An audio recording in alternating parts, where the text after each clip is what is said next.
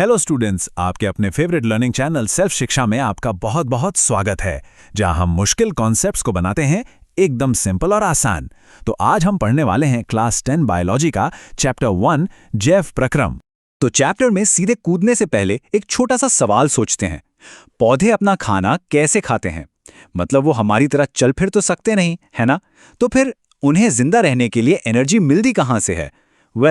इसी सवाल का जवाब जैव प्रक्रम के कॉन्सेप्ट में छिपा हुआ है। तो चलिए सबसे पहले ये समझते हैं कि आखिर ये जैव प्रक्रम या लाइफ प्रोसेसेस होते क्या हैं।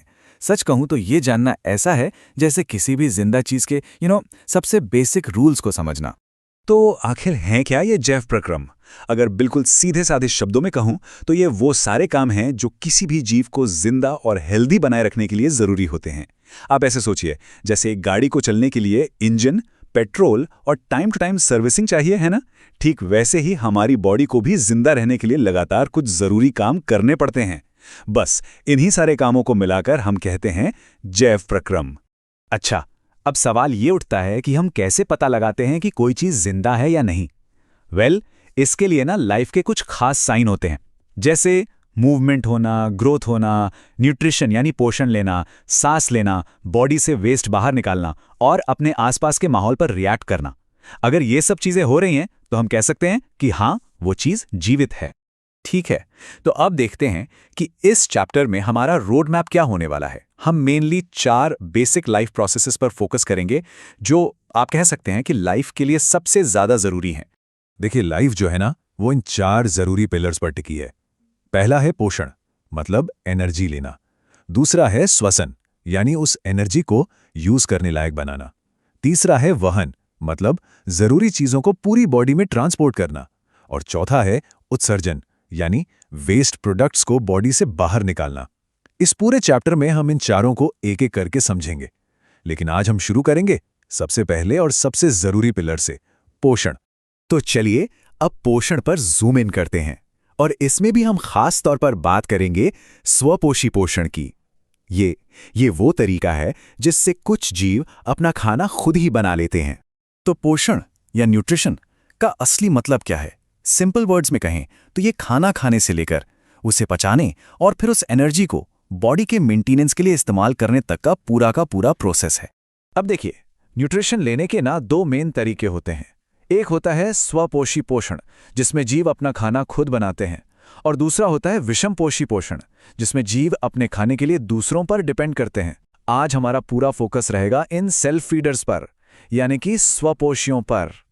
तो ये स्वपोषी पोषण आखिर है क्या? सच कहूं तो ये नेचर का एक मैजिक जैसा है, जहां जीव अपने आसपास की एकदम सिंपल चीजों से, जैसे हवा से कार्बन डाइऑक्साइड ले ली, जमीन से पानी ले लिया और बस सूरज की रोशनी की मदद से अपना खाना खुद बना लिया।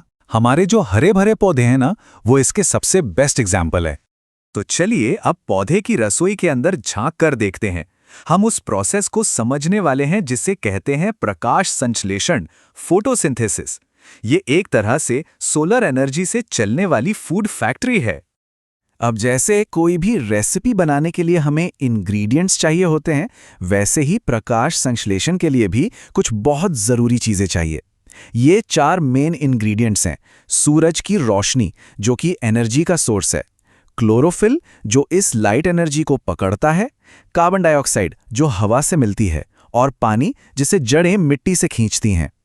और पता है, ये पूरी की पूरी फूड फैक्ट्री एक पत्ती के अंदर छिपी होती है। कमाल है ना? अगर हम एक पत्ती का क्रॉस सेक्शन देखें, मतलब उसे काट कर देखें, तो हमें इसके अलग अलग पार्ट्स दिखेंगे। देखिए, सबसे बाहर की लेयर है एपिडर्मिस, ये प्रोटेक्शन देती है। अंदर है क्लोरोप्लास्ट, जहां असली खाना बनता है। बीच में एयर स्पेस हैं ताकि गैसें आ जा सकें। और ये छोटे छोटे दरवाजे हैं जिन्हें रंध्र या स्टोमेटा कहते हैं, जिनको गार्ड सेल्स खोलते और बंद करते हैं। तो ये क्लोरोफिल का रोल क्या है? ये क्लोरोप्लास्ट के अंदर पाया जाने वाला एक ग्रीन कलर का पिगमेंट है। इसका सबसे जरूरी काम है सूरज की रोशनी की एनर्जी को सोखना, उसे एब्जॉर्ब करना। आप इसे पौधे का सोलर पैनल समझ सकते हैं। इसके बिना तो फोटोसिंथेसिस हो ही नहीं सकता। और हाँ, एक मजे की बात, इसी की वजह से हमें पत्तियां हरी दिखाई देती हैं। चलिए अब जरा इन रंध्रों यानी स्टोमेटा को थोड़ा और करीब से देखते हैं। ये असल में पत्ती की सरफेस पर मौजूद बहुत ही छोटे छोटे छेद होते हैं जो गैसों के आने जाने के लिए दरवाजे की तरह काम करते हैं। यहीं से CO2 अंदर आती है और ऑक्सीजन बाहर जाती है, और हर एक रंध्र 2 स्पेशल सेल्स से घिरा होता है जिन्हें हम गार्ड सेल्स या द्वार कोशिकाएं कहते हैं। तो सवाल ये है कि ये दरवाजे खुलते और बंद कैसे होते हैं? वेल, इसका पूरा कंट्रोल इन्हीं गार्ड सेल्स के पास होता है। होता क्या है, जब इन सेल्स में पानी भर जाता है तो ये गुब्बारे की तरह फूल जाते हैं और छेद खुल जाता है, और जैसे ही इनमें से पानी निकल जाता है ये पिचक जाते हैं और छेद बंद हो जाता है ना? एकदम स्मार्ट सिस्टम। ठीक है, तो अब हम सारे इंग्रेडिएंट्स और पार्ट्स को जान चुके हैं। तो अब टाइम है ये देखने का कि लाइफ की ये केमिकल रेसिपी असल में काम कैसे करती है। ये है फोटोसिंथेसिस की केमिकल इक्वेशन, और मैं बता दूं ये एग्जाम के लिए बहुत बहुत जरूरी है। तो चलिए इसे समझते हैं। देखिए, एक तरफ हमारे पास हैं 6 मॉलिक्यूल कार्बन डाइऑक्साइड के और 12 मॉलिक्यूल पानी के। जब इन पर सनलाइट पड़ती है और क्लोरोफिल अपना काम करता है तो ये मिलके क्या बनाते हैं? ये बनाते हैं ग्लूकोज, जो कि पौधे का खाना है, और साथ में बाय प्रोडक्ट के तौर पर निकलती हैं 6 मॉलिक्यूल ऑक्सीजन और 6 मॉलिक्यूल पानी। तो यहां हो क्या रहा है? लाइट एनर्जी केमिकल एनर्जी में कन्वर्ट हो रही है। यही इसका सबसे जरूरी पॉइंट है। ये जो पूरा प्रोसेस है ना, ये मेनली 3 स्टेप्स में होता है। स्टेप 1, क्लोरोफिल लाइट एनर्जी को एब्जॉर्ब करता है। स्टेप 2, इस लाइट एनर्जी को केमिकल एनर्जी में बदला जाता है, और साथ ही पानी के मॉलिक्यूल को हाइड्रोजन और ऑक्सीजन में तोड़ा जाता है। और फिर आता है स्टेप 3, कार्बन डाइऑक्साइड को रिड्यूस करके कार्बोहाइड्रेट्स यानी कि ग्लूकोज बनाया जाता है। तो इन 3 स्टेप्स में सिंपल सी चीजें एनर्जी से भरे खाने में बदल जाती हैं। तो अब आप सोच रहे होंगे कि ये प्रोसेस तो बस पौधों के लिए जरूरी है, पर ऐसा नहीं है। ये हम सब के लिए, पूरी धरती के लिए जरूरी है। क्यों? क्योंकि पहली बात, यही वो प्रोसेस है जो हम सब के लिए खाना बनाता है, डायरेक्टली या इनडायरेक्टली। दूसरी बात, यही वो ऑक्सीजन बनाता है जिससे हम सांस लेते हैं। और तीसरी बात, ये हमारे एटमॉस्फेयर से खतरनाक CO2 को कम करने में भी मदद करता है। सोचिए, इसके बिना तो अर्थ पर लाइफ ही पॉसिबल नहीं होती। चलिए, तो आप फटाफट से क्विक रिवीजन कर लेते हैं। ये सारे वो की पॉइंट्स हैं जो आपको एग्जाम के लिए जरूर याद रखने हैं। तो जल्दी से सब कुछ रिकैप करते हैं। फोटोसिंथेसिस के लिए रॉ मटेरियल क्या है? CO2 और पानी। एनर्जी का सोर्स सनलाइट। ये प्रोसेस होता कहाँ है? पत्ती के क्लोरोप्लास्ट में। फाइनल प्रोडक्ट क्या बनता है? ग्लूकोज यानी खाना और ऑक्सीजन। और हाँ, पौधे अपना एक्स्ट्रा खाना स्टार्च के रूप में स्टोर करते हैं। ये सारे पॉइंट्स एकदम टिप्स पर होने चाहिए। और जाते जाते एक सबसे जरूरी बात कभी मत भूलिएगा, स्टोमेटा का खुलना और बंद होना गार्ड सेल्स कंट्रोल करते हैं। ये सुनने में एक छोटा सा मैकेनिज्म लगता है, पर सोचिए, ये दिखाता है कि एक पौधा गैस लेने और पानी बचाने के बीच कितना सटीक बैलेंस बनाकर चलता है। ये सच में नेचर की एक कमाल की इंजीनियरिंग का बेहतरीन एग्जाम्पल है। हेलो स्टूडेंट्स, सेल्फ शिक्षा में आप सभी का स्वागत है। कभी सोचा है कि एक पेड़, एक जानवर और हम इंसान, आखिर हम सब जिंदा कैसे हैं? वो कौन सी चीजें हैं, वो कौन सी प्रक्रियाएं हैं जो हमें चलाती रहती हैं?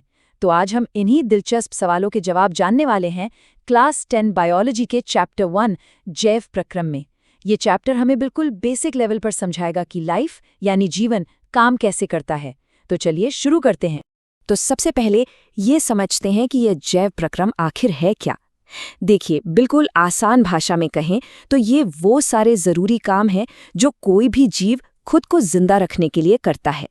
यही वो प्रोसेस है जो एक जिंदा चीज और एक बेजान पत्थर के बीच का सबसे बड़ा फर्क है। जैसे सांस लेना, खाना खाना, शरीर के अंदर चीजों को एक जगह से दूसरी जगह पहुंचाना और शरीर की सफाई करना। इस चैप्टर में हम 4 मेन लाइफ प्रोसेसेस को समझने वाले हैं। सबसे पहले है पोषण, जो हमारी बॉडी का फ्यूल है। फिर है श्वसन, जिससे उस फ्यूल से एनर्जी निकलती है। उसके बाद आता है परिवहन, यानी बॉडी का डिलीवरी सिस्टम। और आखिर में हम देखेंगे उत्सर्जन, जो हमारी बॉडी की क्लीनअप टीम है। मतलब हम एनर्जी लेने से लेकर वेस्ट को बाहर निकालने तक का पूरा सफर कवर करेंगे। चलिए, तो अपनी पहली और सबसे जरूरी प्रक्रिया से शुरू करते हैं, पोषण। देखिए, जैसे एक गाड़ी को चलने के लिए पेट्रोल या डीजल चाहिए, ठीक वैसे ही हर जिंदा चीज को काम करने के लिए एनर्जी चाहिए, और ये एनर्जी हमें मिलती है पोषण से। पोषण मोटे तौर पर दो तरह का होता है। एक स्वपोषी, जैसे पेड़ पौधे जो अपना खाना खुद बना लेते हैं, और दूसरा होता है विषमपोषी। आज हमारा फोकस इसी पर है। विषमपोषी वो होते हैं जो अपने भोजन के लिए दूसरों पर निर्भर रहते हैं। इसे हम तीन खास तरह से बांट सकते हैं: प्राणीसम यानी होलोजोइक, मृतजीवी यानी सैप्रोफिटिक, और परजीवी यानी पैरासाइटिक। अच्छा, अब इन तीनों में फर्क क्या है ये समझना बहुत जरूरी है। प्राणी संपोषण में जीव, जैसे कि हम इंसान या अमीबा, भोजन को सीधे निगल लेते हैं और फिर शरीर के अंदर उसे पचाते हैं। मृतजीवी पोषण में जीव मरे हुए और सड़े गले ऑर्गेनिक मैटर से अपना खाना लेते हैं, जैसे फंगस या मशरूम। और परजीवी पोषण में एक जीव दूसरे जिंदा जीव के शरीर में या उसके ऊपर रहकर अपना खाना लेता है, लेकिन उसे मारता नहीं है। इसका बेस्ट एग्जाम्पल है अमरबेल का पौधा। तो चलिए अब जरा हम इंसानों में पोषण के स्टेप्स पर फोकस करते हैं। ये पूरी प्रक्रिया 5 मेन स्टेप्स में होती है। पहला है अंतर्ग्रहण, मतलब खाने को मुंह में रखना। दूसरा है पाचन, जहां बड़े बड़े फूड मॉलिक्यूल्स को छोटे छोटे टुकड़ों में तोड़ा जाता है। तीसरा है अवशोषण, जब वो पचा हुआ खाना हमारे खून में पहुंचता है। चौथा है स्वांगीकरण, जहां बॉडी उस खाने को ग्रोथ और एनर्जी के लिए यूज करती है। और पांचवा और आखिरी स्टेप है बहिर्क्षेपण, यानी जो खाना नहीं पच पाया उसे शरीर से बाहर निकाल देना। तो सवाल ये है कि ये पूरी प्रक्रिया होती कहाँ है? ये होती है हमारे पाचन तंत्र में, जो मुंह से शुरू होकर एक लंबी ट्यूब की तरह है। चलिए इस सफर को ट्रैक करते हैं।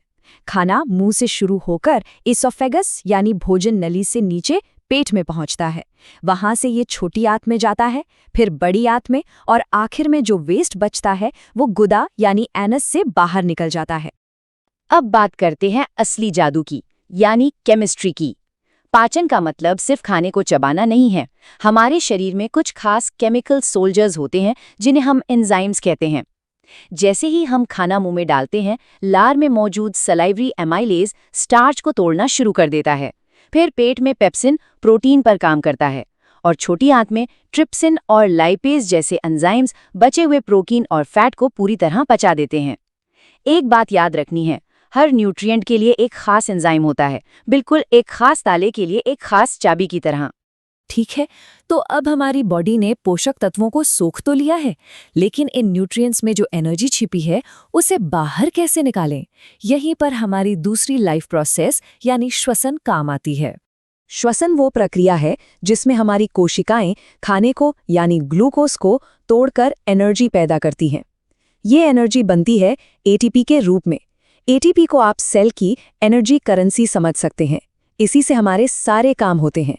ये प्रक्रिया साइटोप्लाज्म में शुरू होती है, जहां ग्लूकोज टूटकर पाइरूवेट बन जाता है।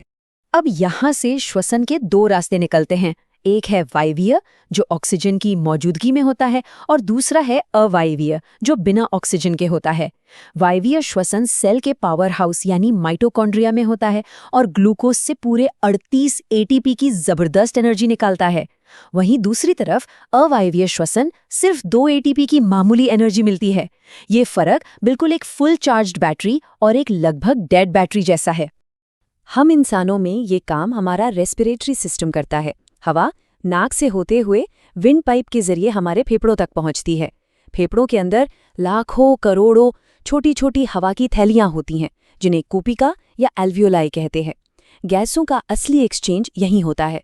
ऑक्सीजन खून में चली जाती है और खून से कार्बन डाइऑक्साइड निकलकर सांस के साथ बाहर चली जाती है। कमाल की बात है ना कि कैसे इतने छोटे छोटे स्ट्रक्चर्स इतना बड़ा काम करते हैं। चलिए आगे बढ़ते हैं। तो अब हमारे पास न्यूट्रिएंट्स भी हैं और ऑक्सीजन भी हैं, लेकिन इन्हें शरीर की हर एक कोशिका तक पहुंचाना भी तो जरूरी है ना? इस काम के लिए हमारे पास एक बहुत ही शानदार डिलीवरी सिस्टम है, जिसे हम परिवहन तंत्र कहते हैं। इंसानों के ट्रांसपोर्टेशन को समझने से पहले चलिए एक नज़र पौधों पर डालते हैं। पौधों में 2 मेन पाइपलाइन होती हैं, जाइलम और फ्लोएम। जाइलम जड़ों से पानी को सिर्फ ऊपर की तरफ यानी पत्तियों तक ले जाता है। ये एक 1 वे स्ट्रीट है। वहीं फ्लोएम पत्तियों में बने खाने को पौधे के हर हिस्से तक, ऊपर भी और नीचे भी, दोनों दिशाओं में पहुंचाता है। अब वापस आते हैं इंसानों पर। हमारी बॉडी में ये डिलीवरी का काम करता है खून यानी ब्लड। ब्लड के 2 मेन हिस्से होते हैं, एक लिक्विड पार्ट जिसे प्लाज्मा कहते हैं और दूसरा सॉलिड पार्ट जिसमें सेल्स होते हैं। इन सेल्स में होती हैं रेड ब्लड सेल्स यानी आरबीसी जो ऑक्सीजन ले जाती हैं, व्हाइट ब्लड सेल्स यानी डब्ल्यूबीसी जो बीमारियों से लड़ती हैं, और प्लेटलेट्स जो चोट लगने पर खून को जमाने में मदद करती हैं। और इस पूरी डिलीवरी सिस्टम का इंजन कौन है? हमारा दिल। हमारे दिल में 4 कमरे यानी चेम्बर्स होते हैं। और सबसे कमाल की बात है डबल सर्कुलेशन। इसका मतलब है कि खून दिल से होकर एक साइकिल में 2 बार गुजरता है। एक बार शरीर से गंदा खून दिल में आता है और फेफड़ों में साफ होने के लिए जाता है। फिर दूसरी बार फेफड़ों से साफ ऑक्सीजन वाला खून वापस दिल में आता है और वहां से पूरी बॉडी में पंप कर दिया जाता है। ये एक सुपर एफिशिएंट सिस्टम है जो साफ और गंदे खून को मिलने नहीं देता। तो हमने खाना खाया, उससे एनर्जी बनाई, उस एनर्जी और खाने को पूरी बॉडी में पहुंचाया। लेकिन इन सब कामों के दौरान कुछ बेकार और जहरीले पदार्थ भी बनते हैं।